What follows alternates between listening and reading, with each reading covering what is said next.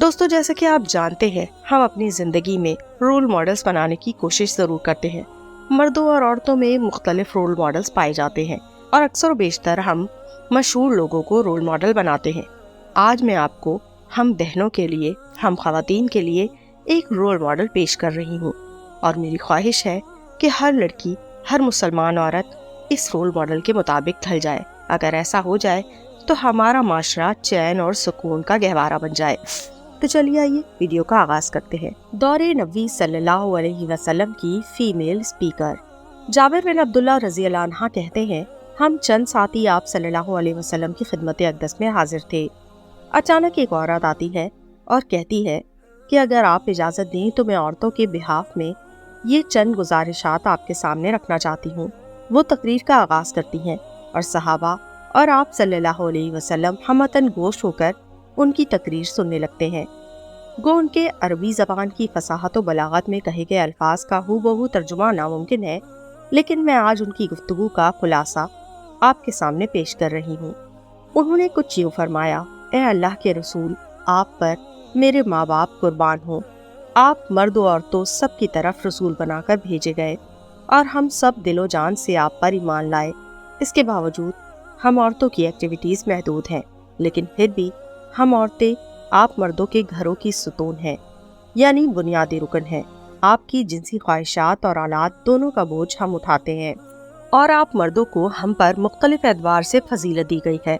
آپ لوگ جمعہ کی نماز اور عام دوسری نمازیں باجماعت مسجد میں ادا کرتے ہیں، مریضوں کی عیادت کرتے ہیں، جنازوں میں شرکت کرتے ہیں، اور دل کرے تو اکیلے جتنے مرضی حج بھی کر سکتے ہیں، اور تو اور جہاد بھی کر سکتے ہیں۔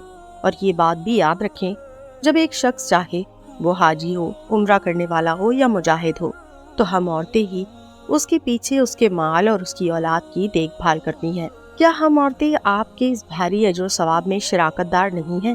رسول اللہ صلی اللہ علیہ وسلم نے یہ خطاب سن کر اپنا رخ انور صحابہ کرام کی طرف کیا اور فرمایا، کیا تم نے آج تک کسی عورت کو اس خوبصورت طریقے سے دین کے بارے میں سوال کرتے ہوئے سنا ہے؟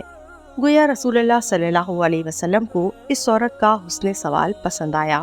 صحابہ بے ساختہ کہنے لگی، اے اللہ کے رسول صلی اللہ علیہ وسلم، ہمارے تو وہم و گمان میں بھی نہیں تھا کہ ایک عورت بھی اس قدر ہدایت یافتہ ہو سکتی ہے، یعنی دین کی گہری سوجھ بوجھ والی ہوتے ہوئے اس طرح اپنے حق کو واضح کر سکتی ہے۔ رسول اللہ صلی اللہ علیہ وسلم اس عورت کی طرف متوجہ ہوئے اور کہنے لگے، یہ بات سمجھ لو اور جا کر دوسری عورتوں کو بھی سمجھا دو۔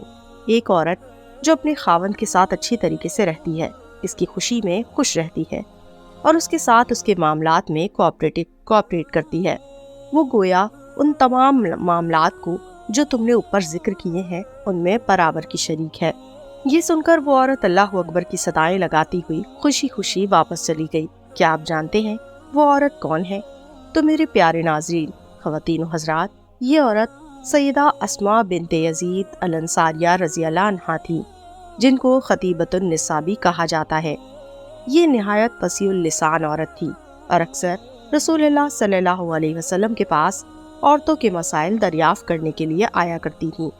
وہ عہد نبوی میں غزوہ خندق، غزوہ خیبر اور غزوہ حدیبیہ اور جنگ یرموک وغیرہ میں بھی شریک رہیں، اور زخمیوں کی دیکھ بھال کے علاوہ انہوں نے اور بھی بہت ساری بہادری کی داستانیں چھوڑیں۔ اس کے علاوہ وہ دین کے علم کی کافی سوجھ بوجھ رکھتی تھیں، اور 81 سے زیادہ روایات ہمیں ان سے ملتی ہیں جو وہ براہ راست رسول اللہ صلی اللہ علیہ وسلم سے روایت کرتی ہیں، اور ان سے آگے تابعین کی ایک بڑی جماعت ان سے روایت کرتی ہے۔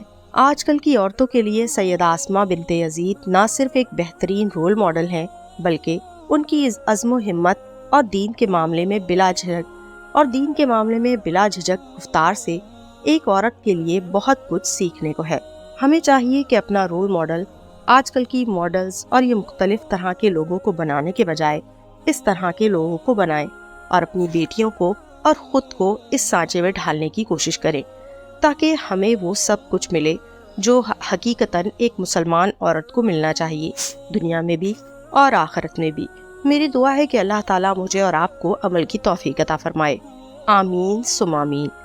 تو دوستوں، میں امید کرتی ہوں کہ آپ کو ہماری آج کی ویڈیو پسند آئی ہوگی۔ اگر آپ کو ہماری آج کی ویڈیو پسند آئی تو ہمارے چینل معلومات کو لائک کیجیے اور شیئر کیجیے اور بیل آئیکن دبانا بالکل مت بھولیے تاکہ ہر نئی آنے والی ویڈیو کی نوٹیفیکیشن آپ کو مل سکے۔